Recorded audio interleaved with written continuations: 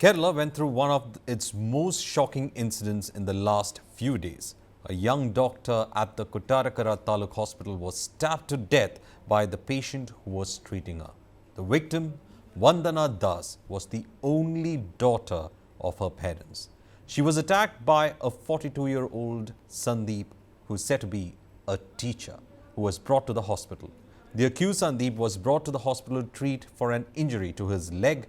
Sandeep is said to have become violent, grabbed a pair of scissors and attacked the relatives first who were next to him and then attacked Dr. Vandana.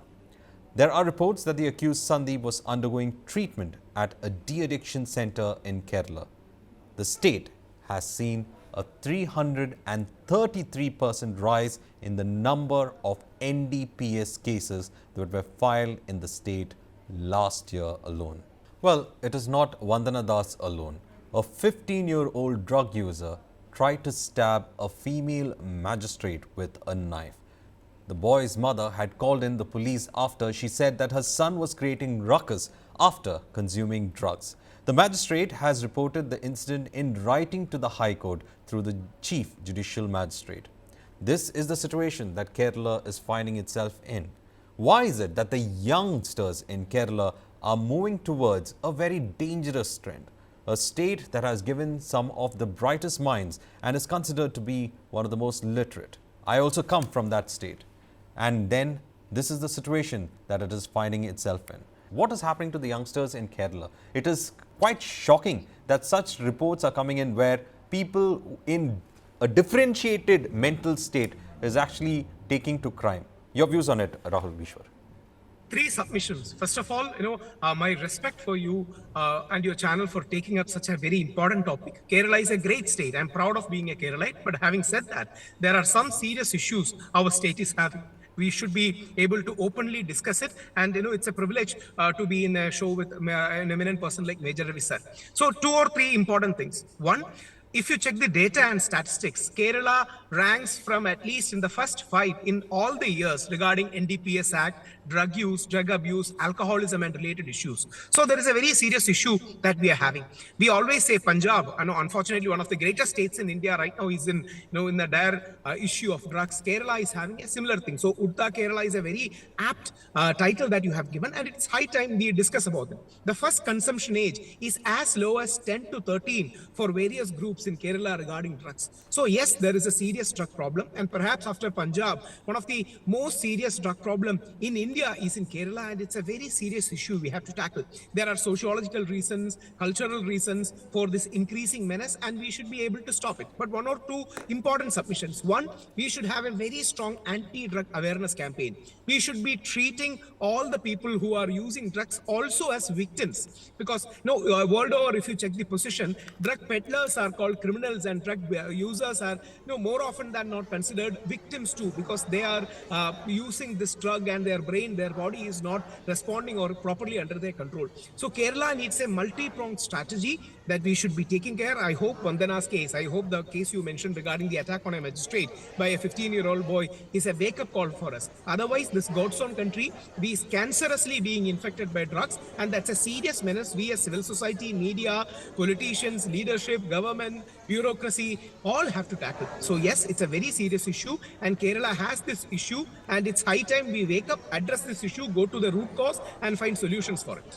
Do you think there is a denial going about what actually is happening on the ground when it comes to drugs? One small statistics I'll give you. Between 2021 to 2022, the cases under NDPS Act was skyrocketing from approximately 5,000 to 26,000. And then you have the excise department itself only the excise department registering cases under the NDPS seeing a 50% jump. Do you think we are in denial? Thank you. Thank you for calling me for this show. This is what you said is a denial. Yes. Everyone is trying to cover up the things and say that no, we are all good. But that's not the fact out here.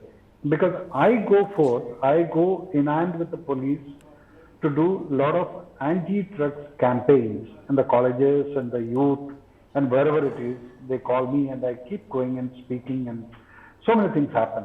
So that means there is a problem out here. So why this, the authorities are in a denial mode, that's a big question. Why? Because who are all involved in this thing? Now, if you take it in India as a whole, Punjab, yes, next to Pakistan border, I was there. I knew how the drugs used to come and what a mafia it used to be there.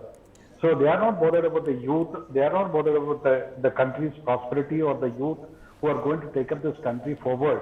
They are not bothered. They just want to make the money. And a similar thing is happening out here in Kerala also.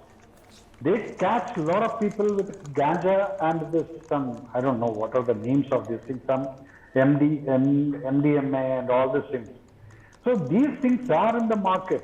And now who are all the holders?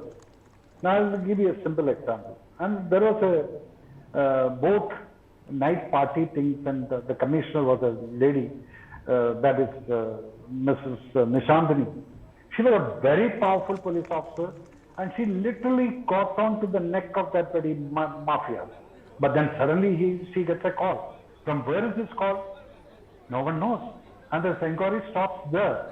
So that means here what is required in Kerala now presently, now if you take this young lady, young MBBS doctor Vandana and her case or this magistrate case, if you look at it, they are totally addicted.